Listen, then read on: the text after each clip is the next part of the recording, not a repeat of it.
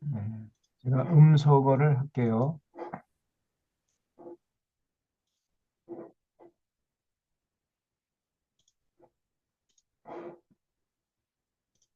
예, 오늘은 사무엘하 6장까지 했죠, 지난주에. 그래서 사무엘하 7장부터 하겠습니다. 사무엘하 7장을 한번 펴보세요. 사무엘하 7장.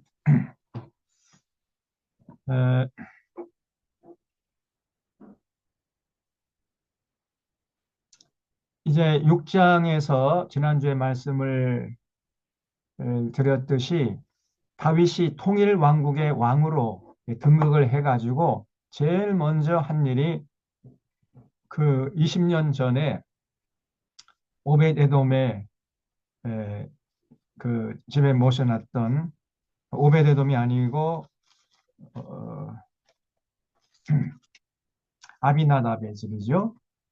어, 기럇 여아림에 있는 아비나답의 집에 모셔놨던 언약궤를 예루살렘으로 옮기는 그 일을 한 거죠.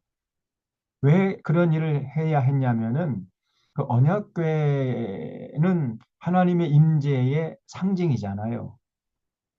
그러니까 언약궤가 있는 곳에 권력의 정통성이 부여되는 겁니다.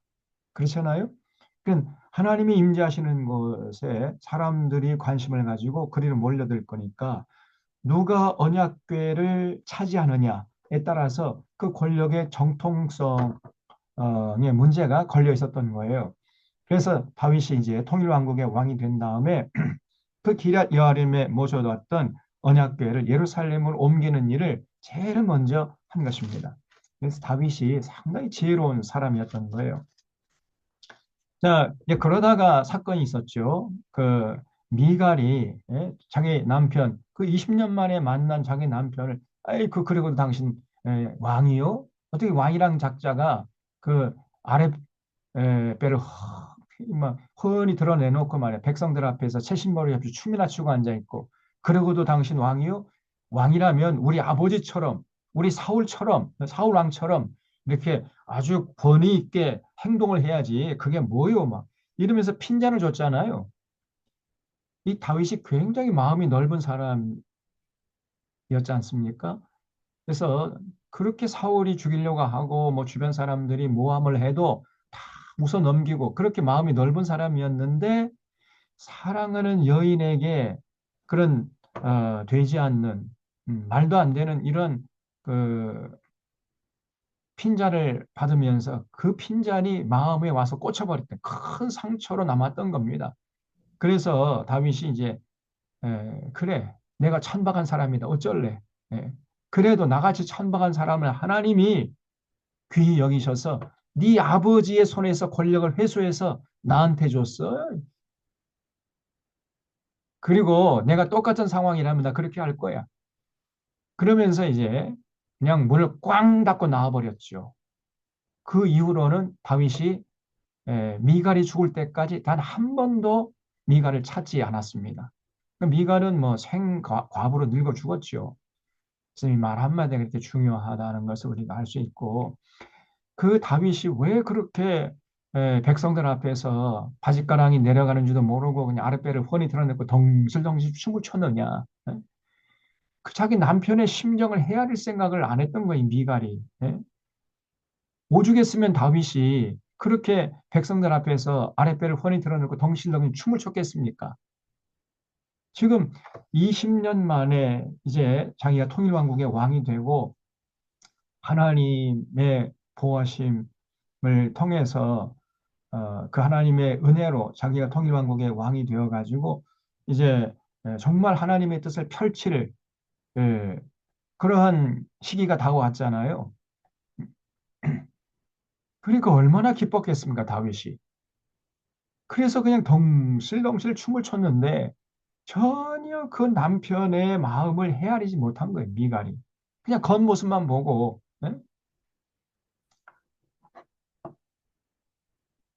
그런 말을 들으면서 다윗이 정말 20년 동안 오매불망 마음에 품고 다니는 여인이 미갈이었거든요. 근데 미갈을 막상 20년 만에 만나서 대화를 해보니까 저렇게 천박한 계집이야, 계집. 그래서, 아이고, 내가 도대체 정신이 나갔지. 어떻게 저런 계집을 내가 그렇게 사모했던가. 그러면서 그냥 신세한탄을 하면서 다시는 미갈을 찾지 않았던 거예요. 여러분, 이 겉모습도 중요하지만은 속 사람이 건강해야 됩니다. 그냥 겉에만 뭐 아름답게 치장하려고 하지 속은 다 그냥 에, 말라 비틀어져 있고 그 인격이 에, 비틀어져 있으면은 그런 사람처럼 이 힘든 사람이 없는 거예요. 그 윤석열이가 그런 거 아닙니까? 여러분 어, 여기 여기 보세요. 성공은 보이는 것과 많이 다르다. 그렇죠? 지금 이게 겉으로 볼 때 이거는 땅 밑이고 여기가 땅 위죠. 땅 위에 있는 것만 볼 때에는 누가 성공한 사람 같았습니까? 예? 이 사람이 성공한 사람 같죠? 여기는 이제 토끼니까 이 토끼가 성공한 사람, 성공한 토끼 같아. 근데 실제로 보면은 이 토끼가 사실은 실속이 있어요. 진짜 성공한 토끼야. 그렇지 않습니까? 얘는 땅 속에 있는 이 뿌리 봐요. 이 당근은 이거는 뭐 말라 비틀어져 있잖아요. 근데 이 토끼는 겉으로 볼 때는 뭐 별로 시원찮아 보이는데 이 속 사람, 속 마음이 얼마나 이 든든하게 뿌리를 내리고 있냔 말이에요. 예? 여러분, 우리가 이 속을 꿰뚫고 이 겉을 꿰뚫고 속을 볼 수 있어야 됩니다. 속을. 속 사람이 건강해야 돼. 속 사람. 근데 지금 세상은 자꾸만 겉만 화려하게 치장하려고 하고 겉만 번지르하게 그냥 아름답게 보게 하려고 하는데 속을 뜯어보면은 다 말라 비틀어져 있다 그 말이죠. 이렇게 딱 말라 비틀어져 있어요. 이런 삶을 살면 안 됩니다. 우리가 이렇게 살아야지 이렇게. 네.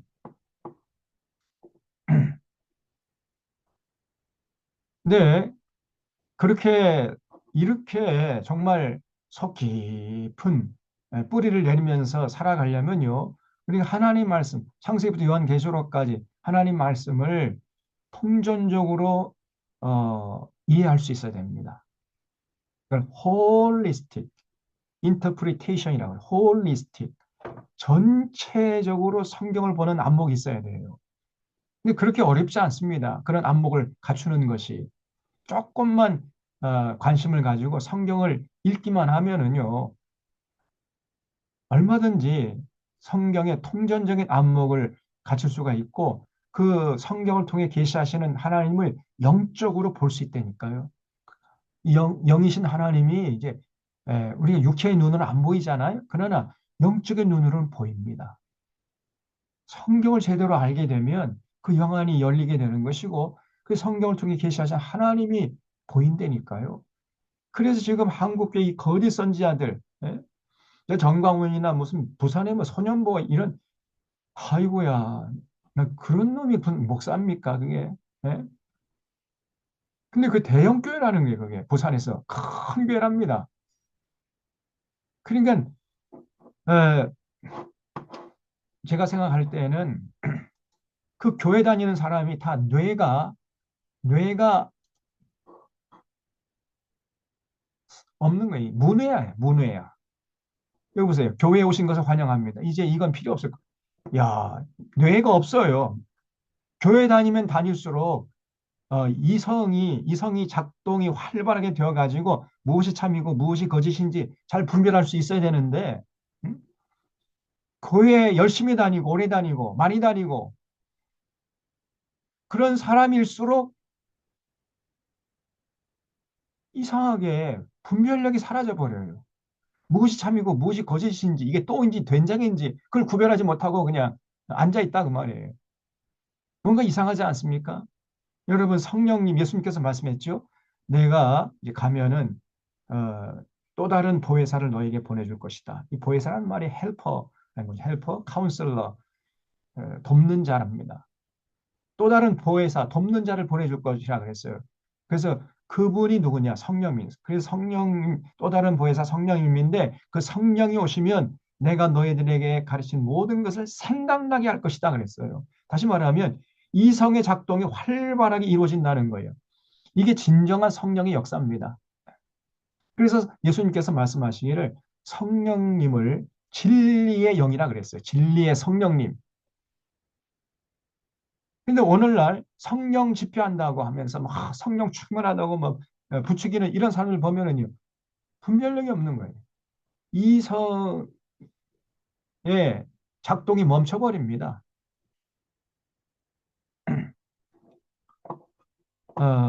그거는 성령의 역사가 아니라 악령의 역사입니다. 진짜 성령이 임한 자들은요, 어, 이성이 활발하게 작동이 되는 거예요. 그래서 무엇이 참이고 무엇이 거짓인지 이거를 분별할 수 있는 능력이 생기는 것이고 성경 말씀을 읽고 싶어지고 그 말씀을 읽다가 진리를 깨닫는 기쁨이 넘치는 거예요. 이게 참 기쁨입니다, 여러분. 이거는 이 말초적인 기쁨과는 차원이 달라요. 아주 깊은 영적인 기쁨이에요, 이거는. 그 희열이라고 그러죠. 그런 기쁨을 맛보게 해줘요. 그래서 성령 충만한 사람일수록 이 시대의 분별력을 가지고 통찰력을 가지고 그런 거짓 선자들에게 휘둘리지 않을 수가 있는 것이죠. 그런데 이상하게도 교회 열심히 다니는 사람일수록 또 분별력이 없습니다. 뇌가 그냥 없는 사람같이 행동을 해버려요. 그 소년보라는 그 부산의 어떤 그뭐 세계로교회 목사라고 하는데 고신치기 뛰다 제가 보니까 완전히 이거는 종교 사기꾼입니다. 이건 목사가 아니에요. 거짓의 아비예요, 이거는. 마귀의 종이죠. 예수님의 종이 아니라 이 마귀의 종입니다. 근데 거기에 뭐 엄청나게 많은 사람들이 모여가지고 그 사람이 말하는 것에 그냥 아멘 하면서 그냥 다 따라하고 있더라고. 뇌가 없어, 뇌가 사라져버린 거예요. 세뇌시킨다는 거죠. 어떻게 진짜 성령이 임하시면 성령이 임하는 곳에는 자유함이 있는 거죠. 그래서 본인 스스로가 본인의 지성과 인격을 가지고 본인이 생각하고 본인이 판단하고 본인이 결정해서 본인이 책임지는 것이 이게 신앙생활인데 생각의 능력, 사유의 능력을 제거시켜 버리는 거예요. 그건 악령입니다. 성령이 아니에요. 여러분 이 사람의 제가 늘 말씀드리지만은 이 인간이 만물의 영장이 될 수 있는 근본적인 힘이 사유의 능력이거든요. 이성의 힘인 것입니다. 사람에게서 이성을 빼버리면은 사람처럼 초라한 존재가 없어요. 이 자연 만물의 그 생명체 중에서 가장 연약한 존재입니다. 이 인간이란 존재가. 근데 이렇게 연약한 존재가 만물의 영장 노릇을 할 수 있는 비결은 생각할 수 있는 능력이거든요. 근데 이상하게도 교회 열심히 다니는 사람일수록 생각하는 능력이 제거되는 거예요. 생각을 못해. 무엇이 참인지 무엇이 거짓인지 분별을 못하는 거예요. 그러나 진짜 성령이 임한 사람은요, 분별이 됩니다. 딱 한 번, 한마디만 들으면, 아, 저 사람이 지금 어떤 사람인가. 그게 분별이 된다니까.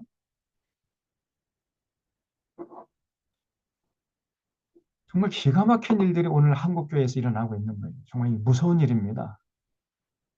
교회 열심히 다니는 사람일수록 사유의 능력이 사라져요. 정상적인 거는 교회 열심히 다니는 사람일수록 사유의 능력이 활발하게 작동이 돼가지고 한마디만 들으면은 열 가지를 깨달을 수 있게 되는 겁니다. 이 예수님께서 가르쳐 주신 성령님의 사역이에요. 그래서 오늘날 지금 한국 교회를 바라볼 때 너무 제가 안타깝고 한국 교회를 치유할 수 있는 길은 딱 한 가지밖에 없어요. 지금 우리처럼 성경 강조하는 창세기부터 요한계시록까지 이렇게 연대개선으로 차근차근 성실하게 이렇게 공부하면은 성경에 대한 전체적인 안목이 생기고요. 사유의 능력이 생겨요. 성경 안에는 우리 인생에서 살아가는 동안에 만나는 모든 문제들에 대한 해답이 여기 다 있습니다. 인생의 주제에 대한 모든 주제가 여기 다 있다니까요. 그래서 창세기부터 요한계시록까지 한 권도 빼지 말고 한 어, 장도 소홀히 하지 말고 우리가 정직하게 하나님의 말씀에 깨달으려고 하면은 그리고 깨닫게 되면 우리 인생에서 닥치는 모든 문제에 대한 해답을 가질 수 있어요. 제가 제 인격을 걸고 장담합니다. 영안이 열린다니까요. 사유의 능력이 생기는 거예요.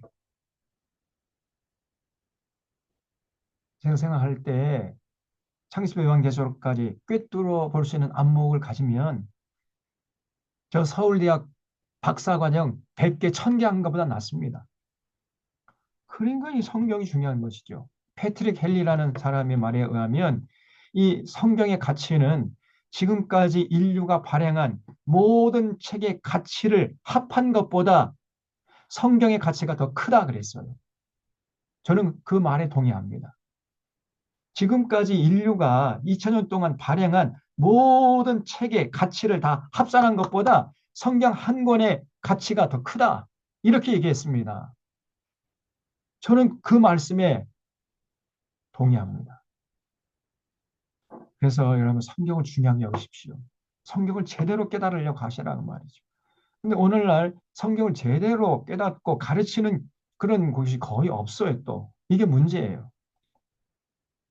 그리고 그래서 아까 말씀을 제가 우리 주은정 권사님에게 여쭤본 것처럼 성경을 가르치기는 가르치는데 또 배우긴 배우는데 너무 부분적으로 가르치고 배우고 너무 또 파편적이에요. 연결이 안 됩니다. 부분적으로 또 파편적으로. 그러니까 부족하고 심지어는 왜곡되게 가르치는 거거든요. 이 정광 같은 저는 이 소년보 저런 것들은 쇠뇌시켜가지고 자기 종을 만들어 버리는 거예요. 절대로 그런 식으로 신앙생활을 해서는 안 됩니다. 그렇게 신앙생활 할 바에는 차라리 하지 않는 것이 훨씬 나은 거예요. 저런 정광훈이나 이런 소년보 이런 것들 따라다니는 이런 사람들은요, 차라리 믿지 않은 사람들보다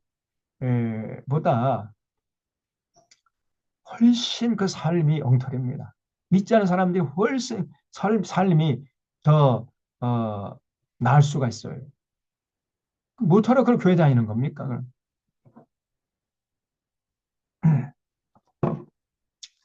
제가 좀 사설이 길었는데 7장을 보겠습니다. 사무엘하 7장.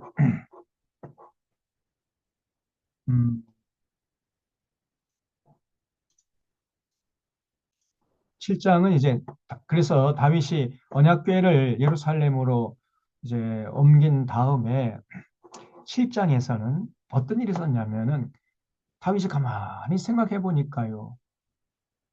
이 모든 것이 하나님의 은혜예요.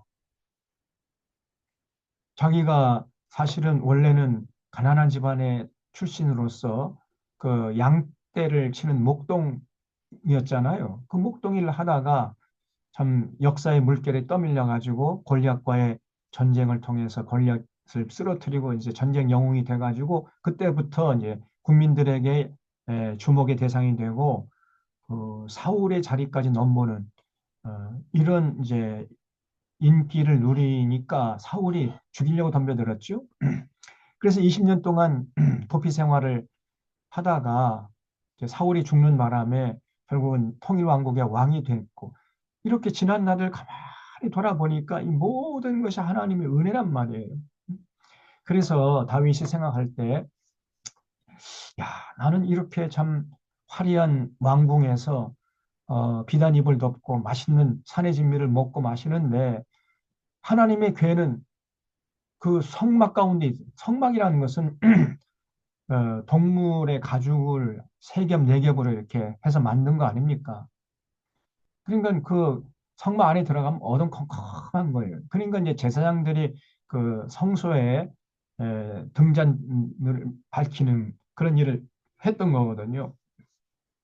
그래서 나는 이렇게 화려한 왕궁에서 호의호식하는데 하나님의 궤, 언약궤를 지금 아직 그 성전을 건축하기 전이니까 하나님의 언약궤를 그 성막에 모셔드는 게 못내 죄송해가지고 안 되겠다. 내가 성전을 건축해서 하나님의 언약궤를 아주 근사한 곳에 모셔야 되겠다. 이렇게 생각한 거예요. 그리고 다음날 아침에 이제 나단 선지자를 불렀어요. 나단 선지자, 자네 말이야. 내가 곰곰이 어젯밤에 생각해 보니까 나는 이렇게 좀 예, 세상 부귀영화 누리면서 호의호식하는데 예?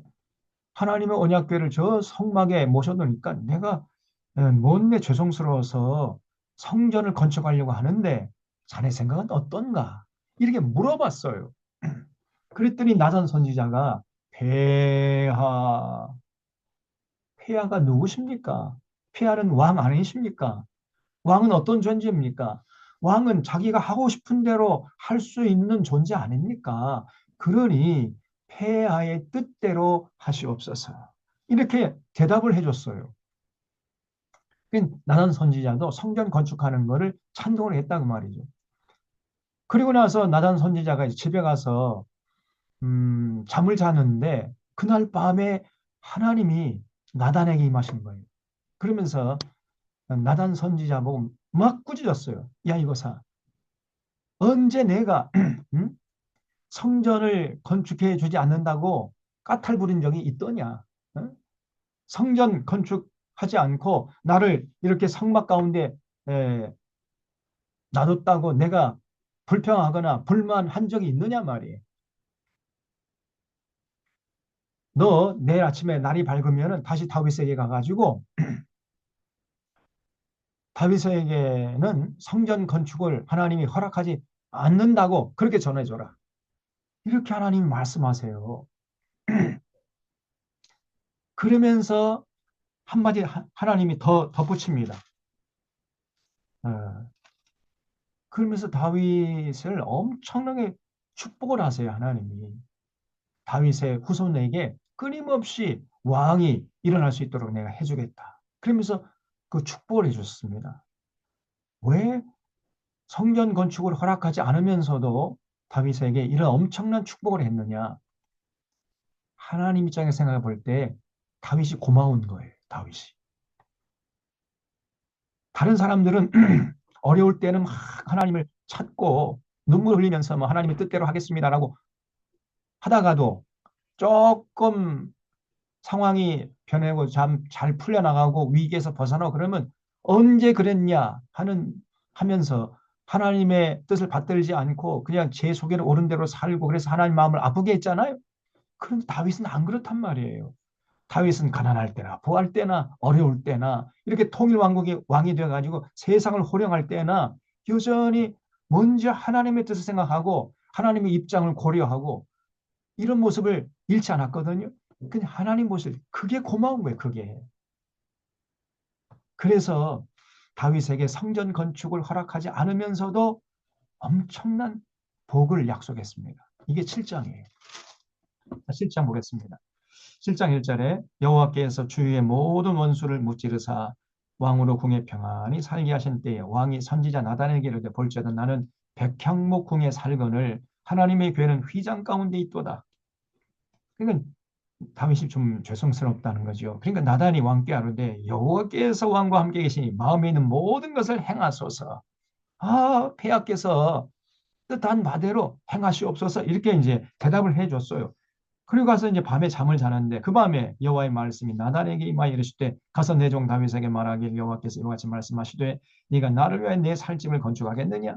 네가 이스라엘 자손을 애굽에서 인도하던 날부터 오늘까지 집에 살지 아니하고 장막과 성막 안에서 다녔나니 그리고 전에 하나님이 그때까지 항상 그 동물의 가죽으로 만든 성막 안에 계셨잖아요. 장막과 성막 안에서 다녔나니 이스라엘 자손과 더불어 다니는 모든 곳에서 내가 내 백성 이스라엘을 먹이라고 명령한 이스라엘 지파 어느 가운데 하나에게 내가 말하기를 너희가 어찌해서 나를 위하여 백향목 집을 건축하지 아니하였느냐고 말하더냐. 다시 말해 성전, 근산 성전, 근산 교회당 지어주지 않는다고 내가 불평한 적이 있더냐 아니야 이런 얘기죠. 그러므로 이제 내 종 다윗에게 이같이 말하라. 만군의 여호와께서 이같이 말씀하시기를 내가 너를 목장 곧 양을 따르는 데서 데려다가 내 백성 이스라엘의 주권자로 삼고 내가 가는 모든 곳에 내가 너와 함께 있어 내 모든 원수를 내 앞에서 멸하였은즉 땅에서 위대한 자들의 이름같이 내 이름을 위대하게 만들어 주리라.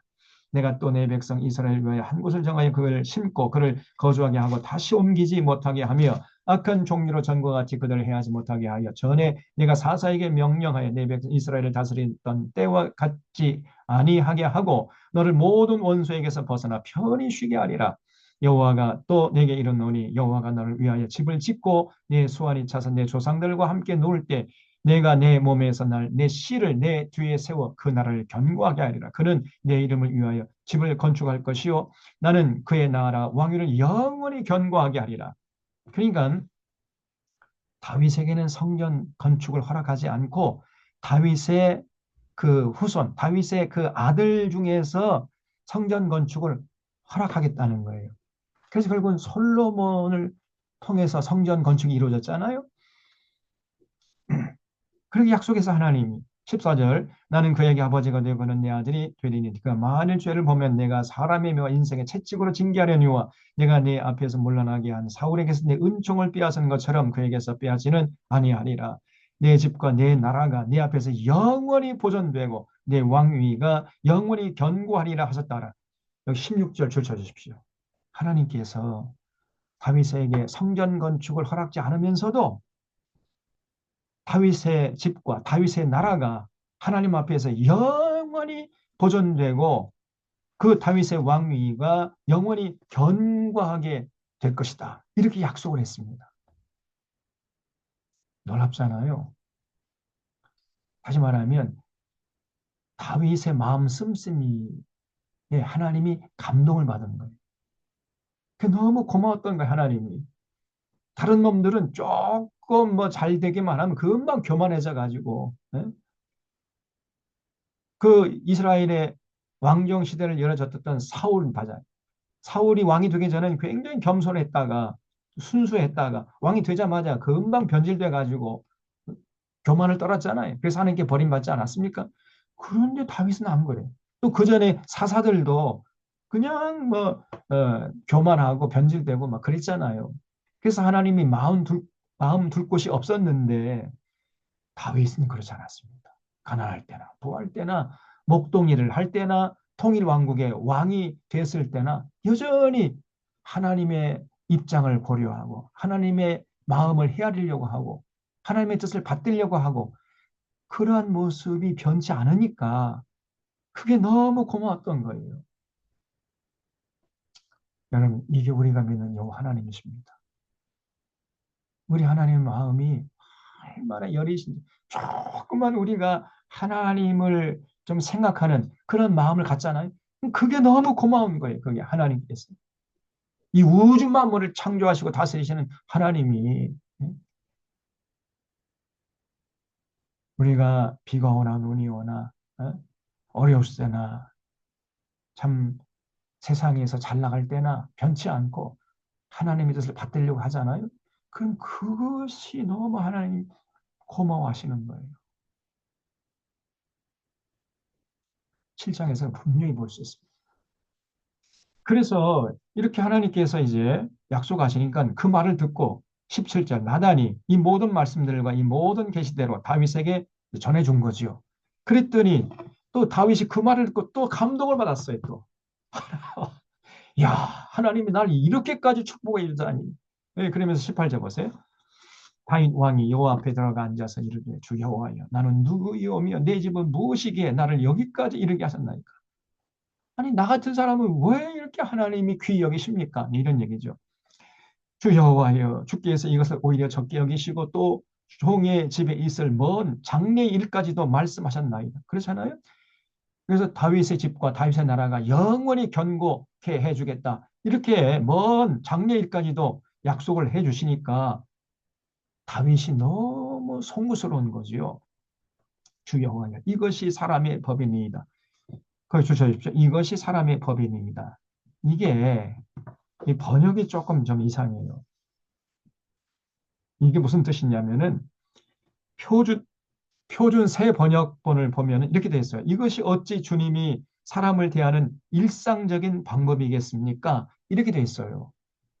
영어 성경을 찾아보면 NIV 찾아보면 또 이렇게 표준 새 번역처럼 번역을 해놨습니다. 그러니까 우리 번역이 이건 너무 직역을 해놔가지고 무슨 뜻인지 알 수 없도록 해놓은 것입니다. 이거를 의역하면은 다시 말하면 지금 다윗을 대하는 하나님의 그 모습이 일상적인 보편적인 모습이 아니라는 거예요. 극히 이례적으로 지금 다윗을 대하는 겁니다. 왜냐하면 다윗은요, 가난할 때나 포할 때나 위기에 처했을 때나 참 평안할 때나 마음을 변치 않고 하나님의 입장을 먼저 생각했거든요. 그러니까 하나님이 감동을 받아가지고 하나님께서 다윗을 특별 대우하신 거예요. 특별 대우. 저 그런 얘기예요. 이게. 그래서 주 여호와는 주의 종을 아시오니 다윗이 다시 주께 무슨 말씀을 하오리까? 제가 이렇게 하나님께서 저를 생각해 주시는데 제가 더 바랄 것이 뭐가 있겠습니까? 이런 얘기죠. 주의 말씀으로 말미암아 주의 뜻대로 이 모든 큰 일을 행하사 주의 종에게 알게 하셨나이다. 그런즉 주 여호와여, 주는 위대하시니 이는 우리 귀로 들은 대로는 주와 같은 이가 없고 주 외에는 신이 없음이니이다. 땅의 어느 한 나라가 주의 백성 이스라엘과 같으리까? 하나님이 가서 구속하사 자기 백성을 삼아 주의 명성을 내시며 그들을 위하여 큰 일을, 주의 땅을 위하여 두려운 일을 애국과 많은 나라들과 그의 신들에게서 구속하신 백성 앞에서 행하셨사오며 주께서 주의 백성 이스라엘을 세워서 영원히 주의 백성으로 삼으셨사오니 여호와여, 주께서 그들의 하나님이 되셨나이다. 여호와 하나님이여, 이제 주의 종과 종의 집에 대하여 말씀하신 것을 영원히 세우시며 말씀하신 대로 행하사 사람이 영원히 주의 이름을 크게 높여 이르기를 만군의 여호와는 이스라엘의 하나님이라 하게 하옵시며 주의 종 다윗의 집이 주 앞에서 견고하게 하옵소서. 만군의 여호와 이스라엘 하나님이여, 주의 종의 귀를 여시고 이르기를 내가 너를 위하여 집을 세우리라 하셨으므로 주의 종이 이 기도로 주께 간구할 마음이 생겼나이다. 하나님께서 이렇게 나를 축복한다고 약속해 주셨으니까 제가 이제 기도할 마음이 생겨서 이제 말씀드리오니 이런 얘기죠. 28절 주 여호와여, 오직 주는 하나님이시며 주의 말씀들이 참되시니이다. 주께서 이 좋은 것을 주의 종에게 말씀하셨사오니 이제 청컨대 종의 집에 복을 주사 주 앞에 영원히 있게 하옵소서. 주 여호와께서 말씀하셨사오니 주의 종의 집이 영원히 복을 받게 하옵소서 하니라. 하나님 약속하신 대로 하나님 이루어 주시면 저도 하나님 영원히 섬기겠습니다. 이런 얘기죠. 여기 28절, 29절 박스로 묶어주시고 아멘 이렇게 써놓으세요. 그래서 이게 사실은 다윗에게 주는 다윗이 하나님께 그 했던 기도지만은 우리도 이렇게 기도하자 그 말이에요. 응? 청컨대 종의 집에 복을 주사 주 앞에 영원히 있게 하옵소서. 여호와께서 말씀하셨사오니 주의 종의 집이 영원히 복을 받게 하옵소서. 여러분, 우리 이렇게 기도하자고요, 우리가.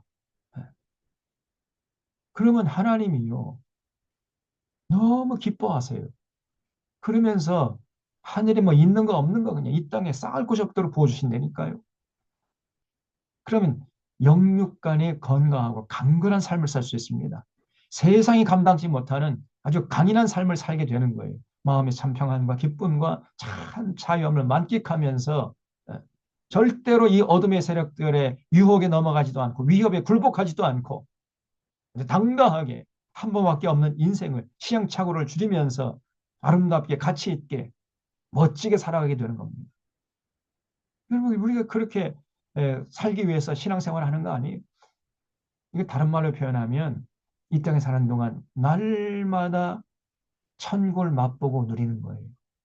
날마다 천국을 맛보고 누리다가 이제 이 세상을 하직하게 되면 영원한 천국의 주인공이 되는 겁니다. 우리 교회 용어로 요약해서 말씀드리면 이렇게 되는 거예요. 자, 그래서 이 7장에 보면요. 하나님과 이 다윗과의 관계가 얼마나 친밀한지 알 수 있죠? 다윗은 하나님의 입장을 고려하면서 단지간에 하나님의 마음을 편하게 해 드리려고 애를 썼고 또 그런 모습을 보고 하나님이 이 다윗에게 감동을 받으시면서 어떻게든지 간에 다윗에게 복을 주시려고 막 애를 쓰잖아요. 너무나 친밀한 관계. 하나님과 다윗과의 관계가. 여러분, 우리가 이렇게 신앙생활해야 이게 의미가 있는 것이고, 얼마나 그 신앙생활이 재미가 있겠어요. 자, 그래서 저는 이 사무엘하 7장을 읽을 때마다 감동이 넘칩니다. 야, 저뿐 아니라 여기 모인 우리 모든 교우들도 이렇게 신앙생활하면 얼마나 참 아름답겠는가.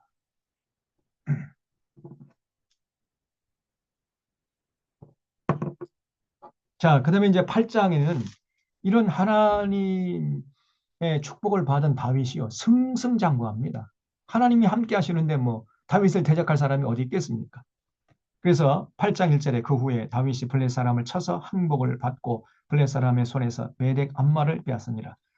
다윗이 또 모압을 쳐서 그들로 땅에 엎드리게 하고, 그죠? 또 3절 루업의 아들 소바왕 하닷 에셀이 자기 권세를 회복하는 유브라테 강으로 갈 때 다윗이 그를 쳐서 이겼습니다. 5절 다메섹의 아람 사람들이 또 소바왕 하닷 에셀 도로 왔는데 다윗이 아람 사람 2만 2천 명을 죽이고 승리했어요. 그래서 6절 하반절에 다윗이 어디로 가든지 여호와께서 이기게 하시니라. 거기 주십시오.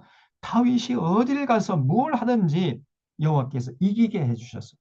하나님이 함께 하시는데 뭐 이 우주 만물을 창조하신 하나님이 동행하는 자를 누가 대적하겠느냐 그 말. 어, 또 13절 보세요. 다윗이 소금 골짜기에서 에돔 사람 18,000명을 쳐 죽이고 돌아와서 명성을 떨쳤습니다. 그야말로 승승장구, 백전백승이에요 그냥. 그래서 다윗이 에돔의 수비대를 두고 온 에돔의 수비대를 두니 에돔 사람이 다 다윗의 종이 되니라. 다윗이 어디로 가든지 여호와께서 이기게 하셨더라. 다윗이 온 이스라엘을 다스려 다윗이 모든 백성에게 정의와 공의를 행하셨어요. 그걸 주십시오. 다윗은요 권력을 잡고도 변치 않았습니다. 권력을 남용하지 않고 정의와 공의를 행했단 말이에요. 모든 백성들을 똑같이 평등하게 대해줬어요. 조금 대신들이라 해가지고 혜택을 많이 주고 또 서민들은 막 군림위 해가지고 그냥 막 고혈을 빨아내고 이런 짓 절대로 하지 않았습니다. 정의와 공의에서 모든 사람들이 더불어 살아가는 세상을 만들기 위해서 다윗이 앞장섰다는 거예요. 음, 얼마나 멋집니까? 여러분 한 사람의 지도자가 이렇게 올바로 권력을 행사하면은 그 나라가 안정되는 거죠. 또 반대로 한 사람의 지도자가 이 권력을 사적으로 남용하고 이렇게 되면은 나라가 어지러워지는 겁니다. 저 윤석열이는 후자지요. 저 사람 어제 또요. 제가 정말 이 헌법재판소 하는 걸 보면서 그냥 막 분통이 터져가지고 그 모든 책임을 자기 부하 장군들에게 다 돌리잖아요. 응? 그 국정원 차장 하고 뭐 지금 특전사령관이 공작을 펴고 있다는 거예요. 그래서 자기를 탄핵시키려고. 미친놈 아닙니까 저는? 아이고야. 양아치도 저런 생양아치가 없어요. 예? 아니 동네 양아치도 저런 짓 안 합니다. 동네 양아치도 자기가 대장 노릇했으면 자기가 책임지려고 하지 자기를 따르던 부하들에게 책임 전가하는 이런 짓 하지 않거든요. 지가 다 시켜놓고는 저는 자기는 하나도 그런 시킨 적이 없다는 거예요. 그러면 괜히 그럼 장군들이 저 군대를 몰고 국회 가가지고 국회의원을 끌어내려고 한 겁니까? 그러면 어쩌면 저렇게 거짓말을 그냥 저렇게 눈 하나 깜짝한 뻔뻔스럽게 하는지 몰라요. 제가 그 모습을 보면서 정말 저는 예, 절대로 용서하면 안 되는 놈이다, 저놈은. 예. 저건 능지처참을 시켜야 됩니다. 그래서 역사의 교훈을 삼아야 됩니다. 저거는 사형시켜야 돼요. 아니, 사형시켰는데, 사형시켜가지고, 저 서울 광화문 내거리에다가 한 10년 정도 걸어놔야 됩니다. 역사의 교훈을 담기 위해서.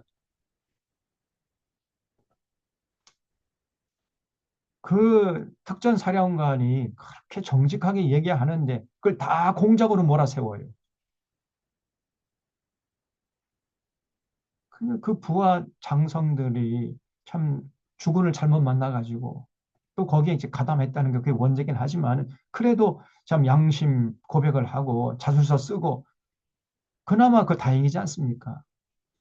근데 저놈은 끝까지 거짓말을 일관하는 거예요. 응? 나라가 망하든지 말든지, 국가 경제가 망하든지 말든지, 국격이 추락하든지 말든지, 자, 한 몸 살겠다고 저렇게 거짓말 해야 됩니다.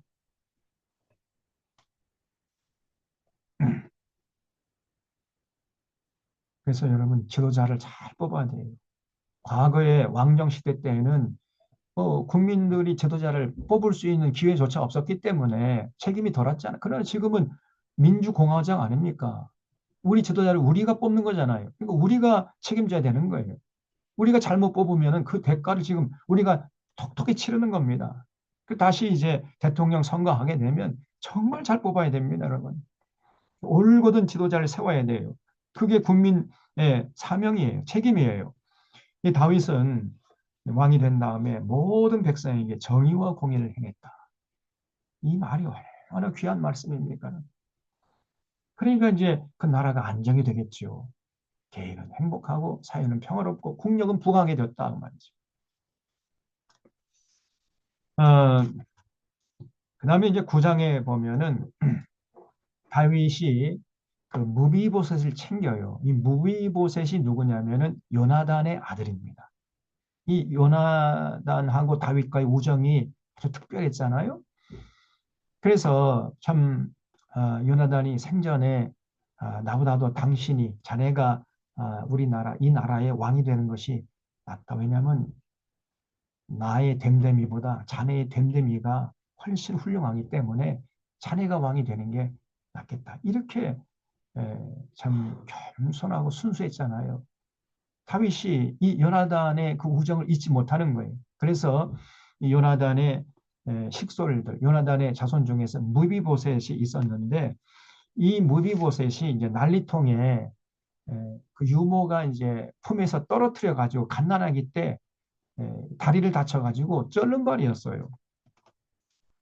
그래서 그 요나단을 무비보셋을 다윗이 이제 거둬주는 이런 모습이 9장에 쭉 나옵니다.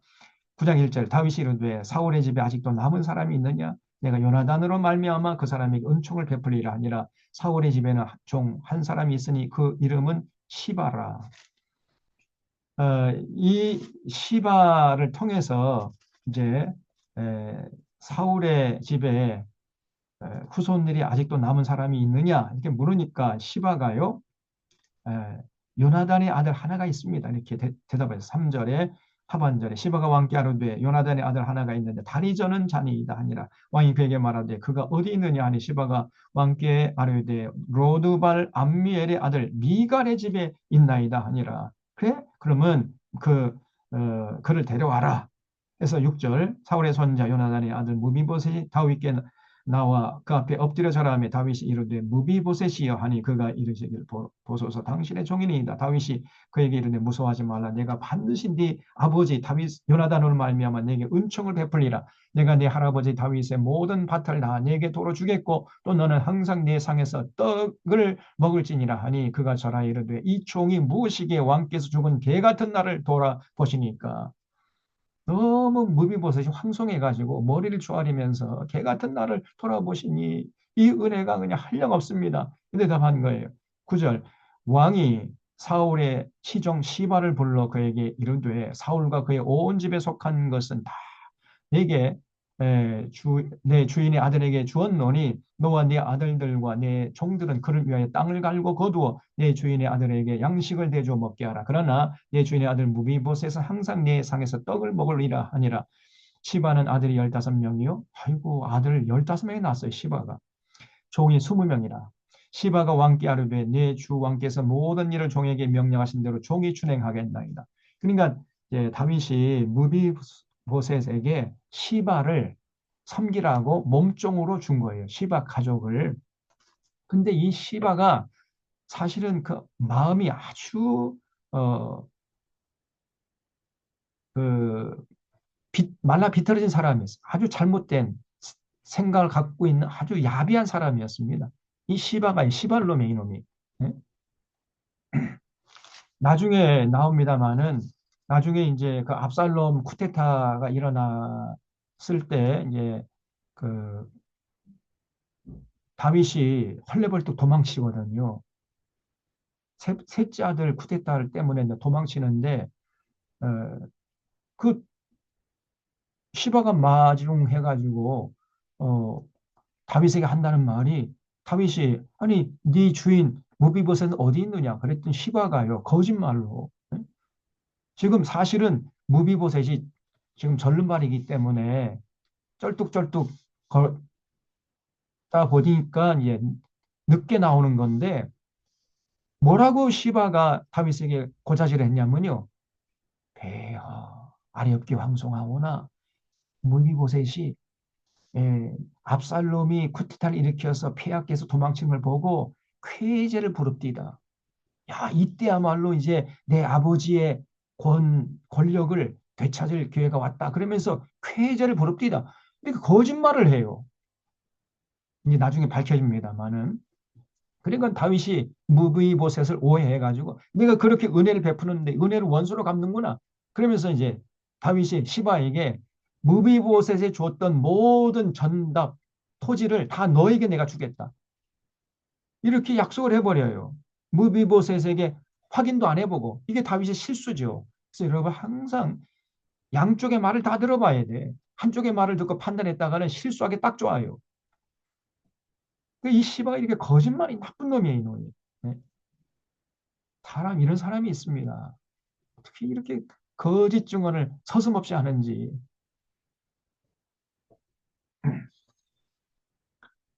그래서 여기 12절에 무비보셋에게 어린 아들 하나가 있으니 이름은 미가더라. 시바의 집에 사는 자마다 무비보셋의 종이 되니라. 무비보셋이 항상 왕의 상에서 먹음으로 예루살렘에 사니라. 그는 두 발을 다 절더라 그랬어요. 두 발을 다 절.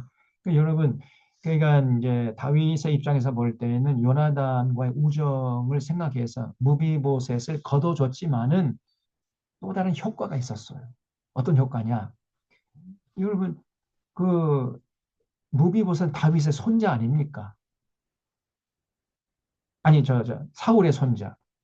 그러니까 사울의 큰아들이 요나단이고 요나단의 큰아들이 무비보셋이니까 그러니까 무비보셋은 사울의 손자거든요. 그러니까 만약에 사울이 권력을 계속 잡고 있었다면은 그 권력을 이어받아서 이제 요나단이 왕이 됐을 것이고 요나단의 권력을 이어받아서 무비보셋이 왕이 됐을 거 아닙니까?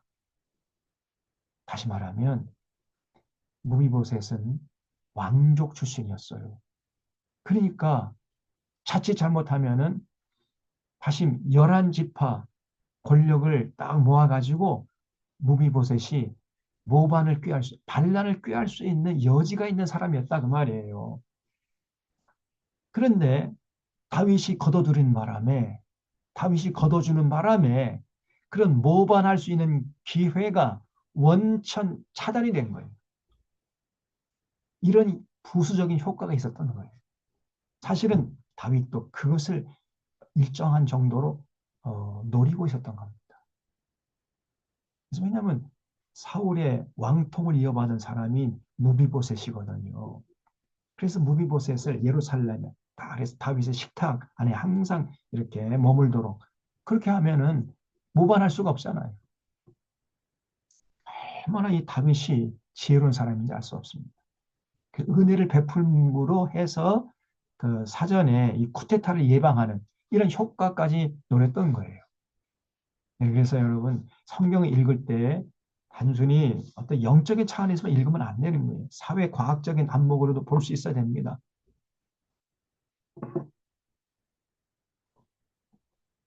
정치적인 차원에서 볼 수 있어요. 경제적인 차원에서 볼 수 있어야 돼요. 지금 이거 성경 보세요. 구약 성경은 맨 정치적인 얘기잖아요. 정치 얘기잖아요. 예?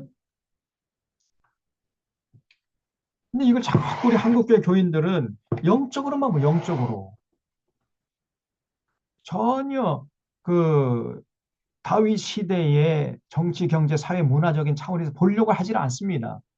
그러니까 성경이 전하려고 하는 메시지를 제대로 읽어내질 못하는 거예요.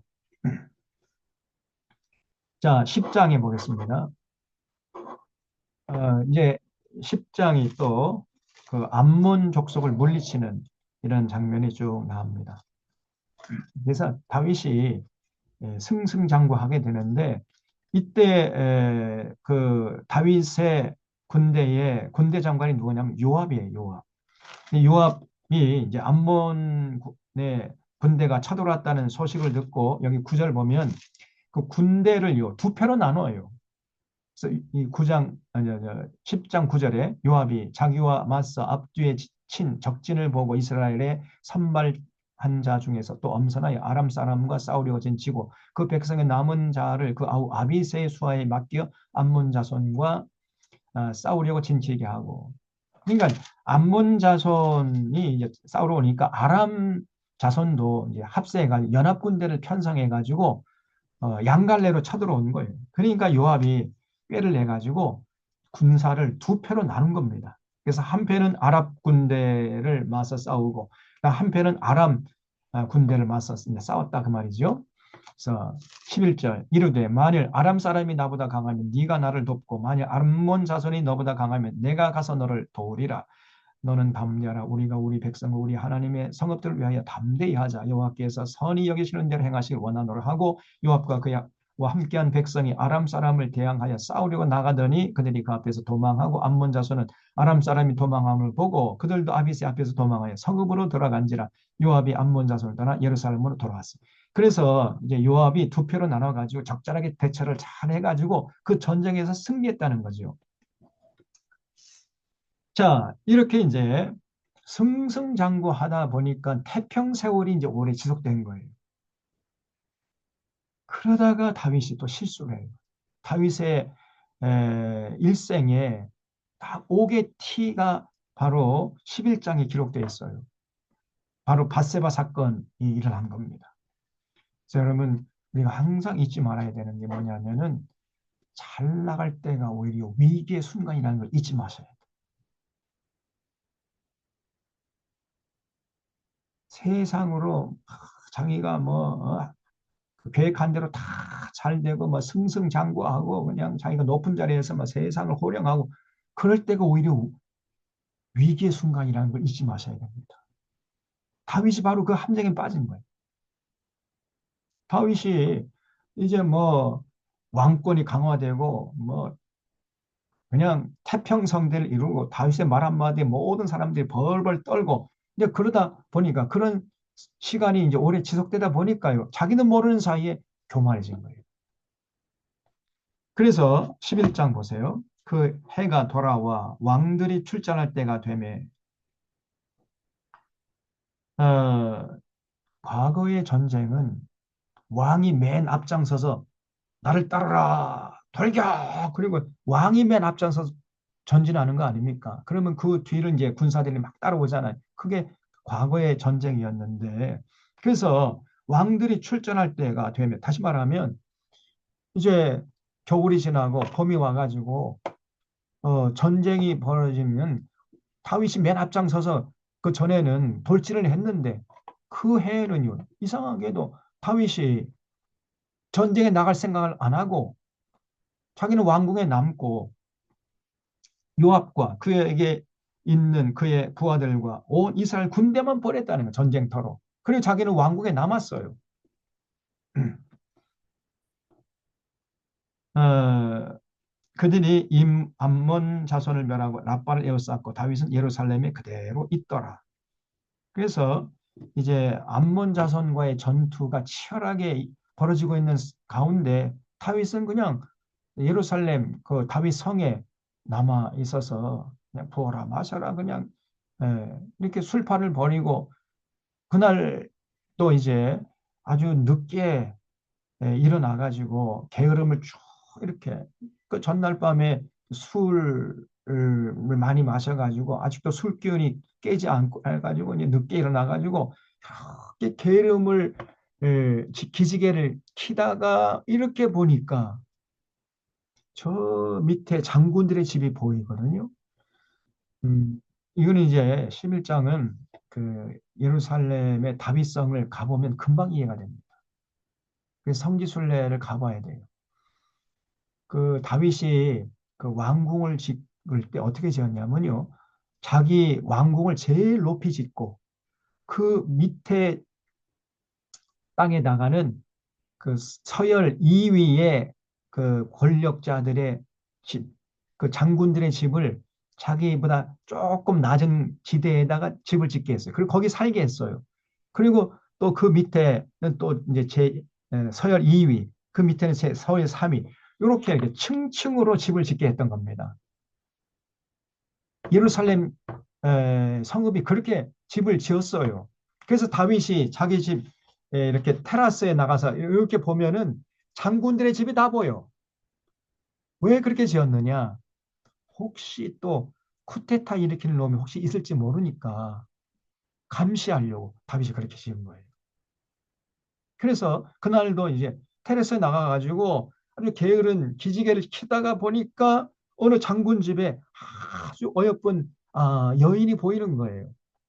그래서 마음이 동해가지고 신하를 보내가지고 그 여인을 데려와라 해가지고 이제 하룻밤 즐기고 보냈다는 거예요. 알고 보니까 그 여인이 누구냐면 충신 우리아의 아내예요. 우리아의 아내 바세바였습니다. 그런데 조금 후에 들리는 소식이 바세바가 임신을 했다는 거예요. 그 소식을 듣고 다윗이 이제 난감해진 겁니다. 이 큰일 난 거예요. 응? 그 충신 우리아는 지금 죽을 둥 살 둥 모르고 나가서 지금 전쟁터에 싸우고 있는데 아니 왕이란 작자는 왕국에 남아가지고 장군들의 여인, 장군들의 아내나 탐하고 있으니 이 만약에 알려지게 되면 다윗의 위신이 어떻게 되겠냐 말이에요. 다윗의 권력이 어떻게 되겠냐 말이에요. 이 생각하니까 큰일 났어요. 그래서 다윗이 아이고 안 되겠다 해가지고 아주 비열한 짓을 합니다. 네. 한참 전쟁터에서 싸우고 있는 우리아를 소환해요. 왕궁으로. 그래서 우리아가 오니까 자네 말이야 열심히 싸웠으니까 내가 특별 휴가를 주겠네. 그러니까 자네 집에 가서 자네 아내와 즐거운 시간 보내다가 다시 전쟁터로 나가게나. 이게 특별 휴가를 줬어요. 노림수가 뭐냐? 그 자기 책임을 면하려고 하는 거죠. 나중에 이제 밧세바가 아들을 낳게 되면 우리아의 아들이라고 우기려고 그런 짓을 한 거예요. 근데 이 우리아가요. 또 너무나 충신이에요. 또 우리아가 지금 요압 장군 자기 상관은 죽기 살기로 싸우고 있는데 내가 어찌 부하된 몸으로서 어, 나 혼자 집에 내려가서 내 아내를 품에 안겠느냐. 그래가지고 집으로 내려가질 않고 그냥 왕궁에서 잤어요. 그 다음날 보고를 들으니까 신하들이 저 우리아가 자기 집으로 내려가질 않고 그냥 왕궁 문 앞에서 잤다는 거예요. 뭐 저런 놈이 다 있어 저거. 예? 그래서 다윗이 낭패잖아요. 그래서 안 되겠다 해가지고 두 번째 작전을 펴니다. 이제 그날 밤에는 우리아를 초대해가지고 그냥 실컷 술을 먹여요. 그러면 술김에 제가 자기 집에 가서 지 아내를 품에 안겠지.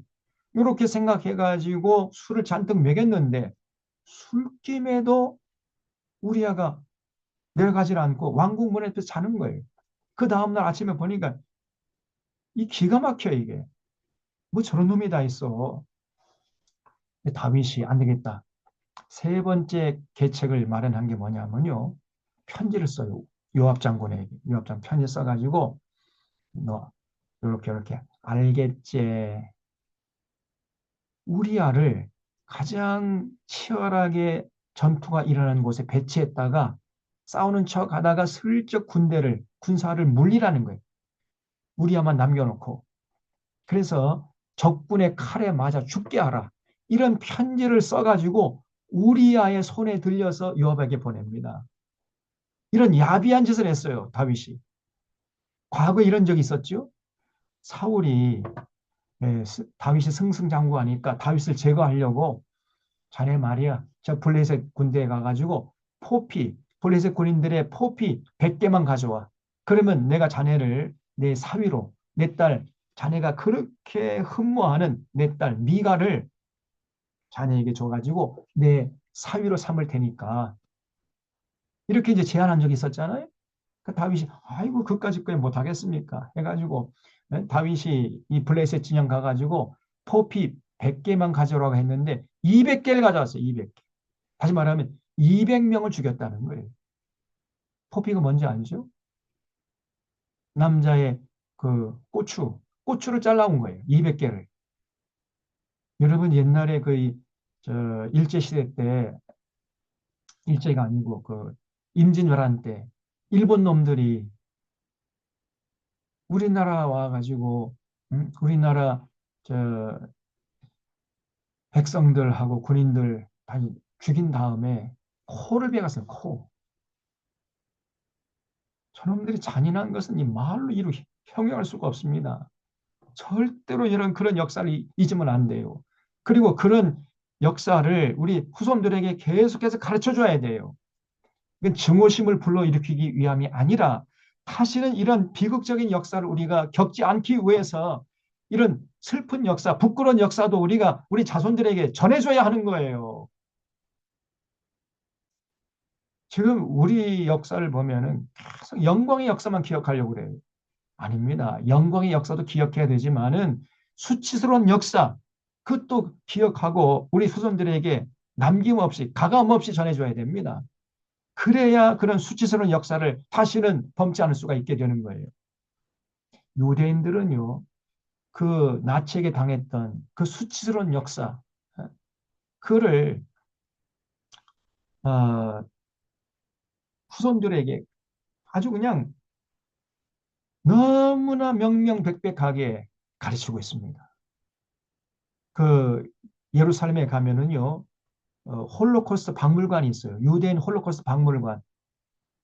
그래서 이 나치에 의해서 유대인들이 학살당한 그 끔찍한 장면들을 그대로 고스란히 그거를 모아놔가지고 그 처형 장면들이나 처형 기구들, 그때의 이제 사진들, 이런 것들을 그냥 고스란히 한 곳에 모아놔가지고 전시하고 있습니다. 그리고 모든 자녀들의 그 교육 현장으로 삼고 있어요. 우리는 저기 천안인 그 독립기념관 가보면은 일본 놈들이 했던 그런 악독한 만행들 하나도 없어. 조금 있긴 있습니다만은 그거 가지고 안 됩니다. 일본 놈들이 일본 제국주의 시대 때에 저희 일본 군인들이 이 땅의 백성들에게 했던 잔인한 짓은 말로 형용할 수가 없습니다. 사람을 세워놓고요. 총알 그 위력을 시험하기 위해서 사람 일렬로 세워놓고 그 앞에서 총 쏘는 거예요. 몇 명이 죽는가, 몇 명을 관통해 죽는가. 그 여자를 잡아가지고 멀리 세워놓고 위통을 벗겨놓고 그 유방을 향해서 사격 훈련을 한 이런 짓을 하고요. 생체 실험 했잖아요. 생체 실험. 그래서 패스큰을 주입해가지고 시간 경과에 따라서 어떤 현상이, 어떤 반응이 보이는가. 그 사람을, 그 연인들을요, 남녀 연인을 잡아가지고 밀폐된 공간 속에 넣어요. 그리고 밖에서 공기를 뺍니다. 그러면 이제 공기가 희박해지니까 숨쉬기 곤란하니까 막 그 제일 처음에는 그 남녀가 서로 그냥 두려우니까 부둥켜 안고 있다가 서로 고통스러워가지고 발버둥치 이런 것들을 다 기록을 해놨다니까요. 이런 것들이 사람입니까? 인두껍을 쓴 이 귀신들이 이것들이. 그런데 아직도 단 한 번도 일본 정부가 여기에 대해서 시인한 적도 없고 용서를 구한 적도 없습니다. 이게 일본 놈들이에요.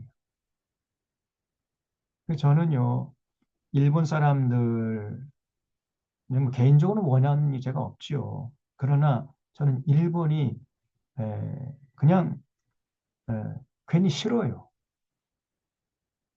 영적으로 싫어요, 저 사람들. 그래서 저는 일식집도 안 갑니다. 일식집도. 일식집에 가서 밥 먹는 게 그 조상들에게 죄송스러운 거예요.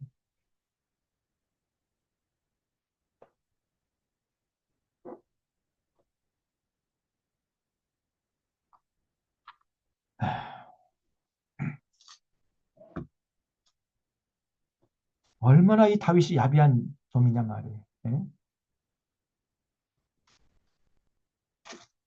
그래서 결국은 이제 우리아는 아무것도 모르고 이제 다윗이 왕이니까 다윗 시킨 대로 자기를 죽이라고 하는 그 편지를 요압에게 전해줘요. 그 요압이 그처럼 알았어. 그래가지고 그대로 합니다. 그 요압이요 우리아를 가장 치열한 전투가 일어나는 곳에 배치했다가 슬쩍 군사를 물려요. 그러다가 결국은 적군의 칼에 맞아 죽습니다. 이 충신 우리아가 비참하게 죽어요. 그 소식을 듣고 어,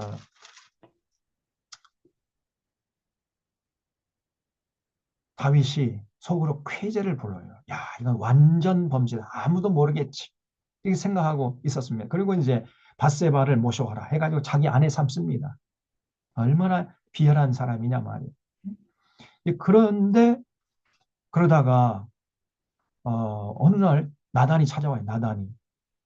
배하 찾아오니까 아니 나단 선지자께서 무슨 일로 찾아왔습니까?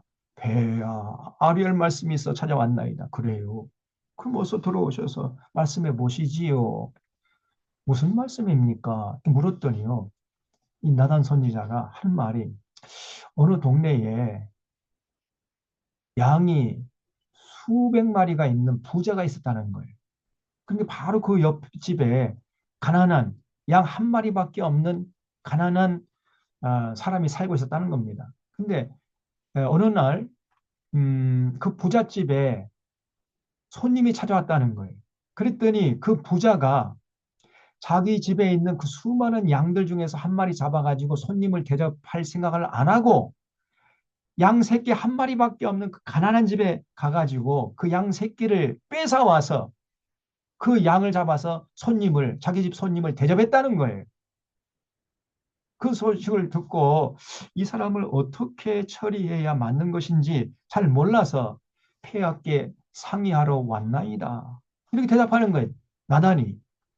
그 대답을 듣자마자 뭐가 어째고 어째요? 뭐 그런 놈이 다 있어요. 당장 내게 데려오시오. 그놈을 내가 살려주지 않을 거요.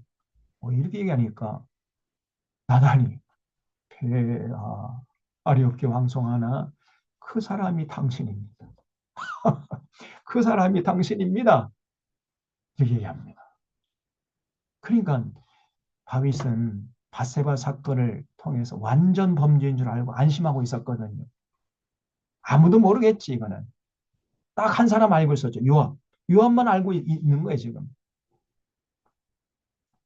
그런데 나단도 알고 있어. 세상 모든 사람이 다 알고 있는 거예요. 하늘도 알고 땅도 알고. 그래서 이 나단의 얘기를 듣자마자 다윗이 넙죽 엎드립니다. 나단 앞에. 그는 철저하게 회개를 해요. 철저하게. 그때 하나님께 회개하면서 드렸던 기도가 시편 안에 들어와 있어요.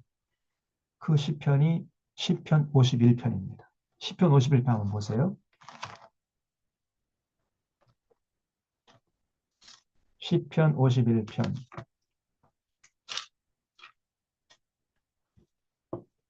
맨 앞에 보면은 부제가 붙어 있죠. 시편 51편. 다윗의 시, 인도자를 따라 부르는 노래. 다윗이 밧세바와 동침한 후 선지자 나단이 그에게 왔을 때. 돼 있죠. 그 51편을 읽어보면 다윗이 정말 진심으로 회개했다는 것을 알 수 있습니다. 다윗이 그냥 아이고 하나님 잘못했어요. 눈물 찔끔 흘리고 마는 이런 악어의 눈물을 흘리고 마는 이런 정도가 아니고 진심으로 철저하게 회개했다는 것을 이 시편을 읽어보면 알 수 있어요. 여러분, 우리 하나님은 진심으로 회개하잖아요. 그럼 용서하십니다. 아무리 잘못한 죄가 있다 할지라도 진심으로 회개하면 용서하세요. 다윗이 자기 신하 넙죽 엎드려서 하나님께서 눈물로 회개 기도를 올린 거예요. 그게 시편 51편인데 1절에 하나님이여 주의 인자를 따라 내게 은혜를 베푸시며 주의 많은 긍휼을 따라 내 죄악을 지워주소서. 나의 죄악을 마을 같게 씻으시며 나의 죄를 깨끗이 지하소서. 물론 나는 내 죄가를 아오니 내 죄가 항상 내 앞에 있나이다. 내가 주께만 범죄하여 죄의 목전에 악을 행하여 싸우니 주께서 말씀하실 때 의로우시다 하고 주께서 심판하실 때 순전하시다 하리이다. 내가 죄악 중에 출생하였으며 어머니가 죄 중에서 나를 잉태한나이다. 자기가 죄로 번복된 인생이라는 거죠. 보소서 주께서 중심이 진실함을 아시오니 원하시오니 내게 지혜를 은밀히 가르치시리이다. 우슬초로 나를 정결케 하옵소서. 내가 정하리 나의 죄를 씻어주소서. 내가 눈보다 희리이다. 9절에 주의 얼굴을 내 죄에서 돌이키시고 내 모든 죄악을 지워주소서. 하나님이여 내 속에 정한 마음을 창조하시고 내 안에 정직한 영을 새롭게 하소서. 나를 주 앞에서 쫓아내지 마시며 주의 성령을 내게서 거두지 마옵소서. 이렇게 눈물로 기도를 해요. 다윗이. 이 모습을 보고 하나님이 다윗을 용서해 주셨습니다. 그 장면이 이제 11장, 12장에 쭉 나오는데 한번 쭉 살펴볼게요. 사무엘하 11장 보겠습니다. 그래서 이제 11장 2절에 저녁 때 다윗이 침상에 일어나 왕궁 옥상을 거닐다가 그곳에서 보니 한 여인이 목욕을 심히 아름다운 이 바세바가 굉장히 외모가 출중했던가 봐요. 그래서 이제 불러와가지고 이제 하룻밤 재미를 보고 돌려보냈다는 겁니다. 어, 그랬는데 돌아오는 소식이 뭐냐면요. 어, 5절에는 그 여인이 임신하며 사람을 보내 다윗에게 말하여 이르되 내가 임신하였니? 그 하룻밤 잤는데 그냥 임신해 버린 거예요. 이게 큰일 난 거거든요. 그래서 이제 우리아를 소환했어요. 그래서 이제 휴가를 줬더니 11절 우리아가 다윗에게 아뢰되 언약궤 이스라엘과 유다가 야영 중에 있고 내 주 요압과 내 왕의 부하들이 바깥들에 진치고 있거늘 내가 어찌 내 집으로 가서 먹고 마시고 내 처와 같이 자리이까 내가 이 일을 행하지 않기로 왕의 살아계심과 왕의 혼에 살아계심을 두고 맹세하나이다. 그러면서 집에 안 내려가는 거예요. 그래 안 되겠다. 두 번씩이나 실패를 하니까 14절에 아침이 되면 다윗이 편지를 써서 우리아의 손에 들려 요압에게 보내니 그 편지에 써서 이르기를 너희가 우리아를 맹렬한 싸움에 앞세워 두고 너희는 뒤로 물러가서 그로 맞아 죽게 하라. 이런 야비한 짓을 해요. 자기 과거에 사울에게 당했던 그 아주 야비한 짓 똑같이 향합니다. 아니 과거에 자기가 당했으면 그런 야비한 짓 하면 안 되는 거 아닙니까? 근데 이때 다윗이 제정신이 아니었어요. 요압이 그 성을 살펴 용사들이 있는 것을 아는 그곳에 우리아를 뒀습니다. 그 적군, 가장 강한 적군인 곳에 딱 배치한 다음에 슬쩍 군사를 뒤로 물려가지고 우리아가 이제 맞아 죽은 거예요. 17절에. 그 소식을 듣고 26절 우리아의 아내는 그 남편 우리아가 죽었음을 듣고 그 남편을 왜 소리내어 우는데 그 장례를 마치며 다윗이 그냥 기다렸다는 듯이 사람을 보내가지고 그를 왕궁으로 데려오니 그의 아내가 되어 그에게 아들을 낳으니라. 다윗이 행한 그 일이 여호와 보시기에 너무나 악한 거예요. 하나님 가만히 있겠습니까?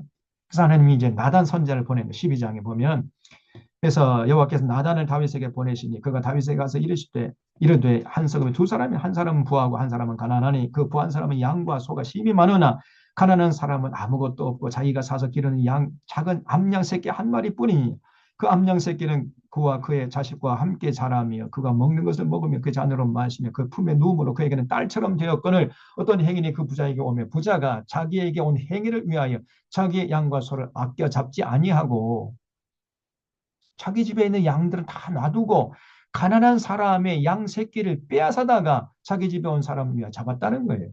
그러니까 그 소식을 다윗이 그 사람으로 만 노아의 나단에게 이르되 여호와의 살아계심을 두고 맹세하노니 이 일을 행한 그 사람 마땅히 죽을 자라. 내가 그놈 죽일 테니까 데려오시오. 막 이렇게 하니까 7장에 다윗이 나단이 다윗에게 이르되 당신이 그 사람이다. 야 나단도 참 대단한 용기 있는 사람이죠. 특히 신하가 다윗에게 이렇게 직설합니까? 저 어제 그 헌법재판소 특전사령관 그 사람 용기가 대단합니다. 조금 그 사람은 좀 감액을 해줘야 돼. 물론 쿠데타에 가담했기 때문에 벌을 받아야 되겠습니다만은 그 정상 참작이라는 게 있잖아요. 모든 인생 사는데 정상 참작이라는 게 있어요. 그래서 그렇게 정말 솔직하게 고백을 했으니까 재판할 때 이제 형사 재판할 때 조금 아마 감을 해줄 겁니다. 그렇게 해줘야 돼 또. 정말 그 용기 있는 사람이잖아요. 대통령 앞에서 대통령이 그렇게 얘기시켰다. 이 말하기 쉽지 않습니다, 여러분. 지금 나단이 다윗에게 당신이 그 사람입니다. 이게 쉽지 않은 거예요. 다윗이 만약에 아무도 없느냐? 예? 저놈을 나를 모함하는 저놈을 예? 당장 목을 쳐라. 윤석열이 지금 똑같이 그렇게 하는 거야. 윤석열이가 예? 지금 특성사령이 아니 대통령께서 시키지 않았습니까? 그러니까요. 자기는 그렇게 한 적이 없다는 게 그 공작이라는 겁니다. 다시 말하면 지금 다윗 입장에서 있었다면 저 윤석열은 놈은 여봐라 밖에 아무도 없느냐 항상 있지요. 저놈을 당장에 예? 나를 말이야 구태다 내란 수개번호 모는 저 나단 저놈을 당장에 목을 쳐 죽여라 이렇게 얘기하는 놈이에요. 윤석열 저놈은. 근데 다윗은 그렇지 않았습니다. 그냥 넙죽 엎드려요. 어, 그래서 다윗이요 추상같이 지금 하나님 말씀을 전해줬던 거예요. 여기 9절에 그러한데 어찌하여 네가 여호와의 말씀 없인 여겨 나 보기에 악을 행하였느냐 네가 칼로 햇사람 우리아를 치두에 암몬 자손의 칼로 죽이고 그의 아내를 빼앗아 네 아내로 삼았도다.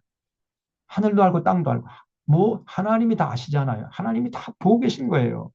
이제 네가 나를 업신여기고 햇사람 우리아의 아내를 빼앗아 네 아내로 삼았은지 칼이 네 집에서 영원토록 떠나지 아니하리라.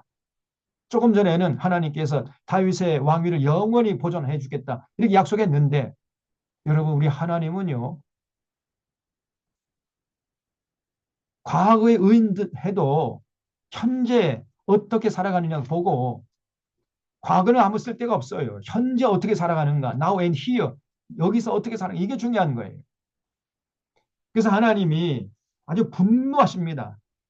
그래서 내가 너와 내 집에 재앙을 일으키고 네가 눈앞에서 네 아내를 빼앗아 네 이웃들에게 주리니 그 사람들이 네 아내들과 더불어 백주에 동침하리라. 무서운 책망을 했습니다. 근데 놀랍게도요. 이 예언이 그대로 현실은 자기 아들 압살롬에 의해서 현실이 돼버려요. 나중에 이제 살펴보겠습니다만 너는 은밀히 행하였으나 나는 온 이스라엘 앞에서 백주에 이 일을 행하리라 하셨나이다. 셋째 아들 압살롬이 이대로 합니다. 그냥. 그 말을 듣고 13절에 다윗이 나단에게 이르되 내가 여호와께 범죄하였노라. 그래서 넙죽 엎드려요. 함에 다윗이 나단에게 말하되 여호와께서 당신의 죄를 사셨나니 당신이 죽지 아니하려니와 이 일로 말미암아 여호와의 원수가 크게 비방할 거리를 얻게 했으니 당신이 낳은 아이가 반드시 죽으리이다 하고 나단이 자기 집으로 돌아갔습니다. 결국은 밧세바 사이에 이제 낳던 그 아기가 죽어요. 그리고 다시 이제 밧세바와 동침해가지고 낳은 아기가 솔로몬이에요. 솔로몬. 자, 그런 얘기가 쭉 이제 이어지는데 여기 24절 보세요. 다윗이 그 아내 밧세바를 위로하 그에게 들어갔고 동침했더니 그가 아들을 낳으며 그 이름을 솔로몬이라 하니라. 이 솔로몬이 원래는 샬롬에서 왔어요. 샬롬. 그 히브리 언어는요. 원래는 자음만 있었습니다. 자음. 모음이 없었어요. 그래서 솔로몬 할 때 자음만 하면 시오, 솔, 솔롬, 로. 뭐 미음이잖아요. 시오, 리을 미음이죠. 샬롬도 보세요. 샬롬 합니까? 치읓. 그다음에 리을, 샬롬, 시읓, 리을, 롬이니까 받침 있잖아요. 미음. 시읓, 리을, 미음. 솔로몬하고 샬롬하고 자음이 똑같지요. 그래서 모음을 어디다 붙이냐에 따라서 솔로몬도 되고 샬롬도 되는 거예요. 음, 그래서 그 다윗이 밧세바가 이제 두 번째 아들을 낳으니까 그 이름을 샬롬이라 했다는 걸 뭐냐면은 그만큼 다윗에게 평화가 없었던 거예요. 여러분 죄를 짓잖아요. 마음의 평화가 사라집니다. 그래서 우리가 죄를 무서워해야 돼요. 그래서 자기 마음속에 평화를 다시 회복할 수 있도록 하기 위해서 그 아들의 이름을 샬롬, 솔로몬이 된 거예요. 솔로몬으로 졌다는 거고요. 자, 이 정도로 하고 이제 다음 주에는 13장부터 계속 이어가도록 하겠습니다. 좀 기도하고 마치겠습니다. 하나님 아버지, 오늘 이렇게 저희들 불러주시고 귀하신 말씀 앞에 서서 은혜와 진리를 나누게 하시니 감사드리옵나이다. 다윗이 참 하나님 입장을 늘 고려하면서 가난할 때나 부할 때나 하나님 마음을 헤아리고 하나님의 뜻을 받들려고 하는 그 모습을 보시고 하나님이 감동을 받아서 다윗에게 엄청난 복을 약속했지만은 다윗이 나중에는 또 교만해져서 여러 가지 밧세바 사건을 일으킴으로 하나님의 심한 책망을 받는 모습을 봤습니다. 우리가 이 땅에 사는 날 동안까지 언제 어디서 무엇을 할지라도 절대로 마음이 나누지 않게 하시고 변질되지 않게 하시고 하나님을 향한 뜨거운 사랑과 열정을 가지고 하나님을 받들어 살아가는데 추호도 부족함이 없도록 늘 주장하시고 인도하여 주시옵소서. 늘 하나님 주신 은혜 가운데 참 평안과 기쁨과 자유를 만끽하면서 하나님께 영광에 승리하는 우리 모든 교우들 다 되게 해주시옵기를 바라옵고 한 주간 동안의 삶도 주님께 부탁드리오며 예수님의 이름으로 기도하옵나이다. 아멘. 네, 여러분, 한 시간 동안 경청해 주셔서 감사드립니다. 이것도 잘 수고하셨습니다. 수고하셨습니다. 수고하셨습니다. 하도록 하겠습니다. 수고하셨습니다. 고맙습니다.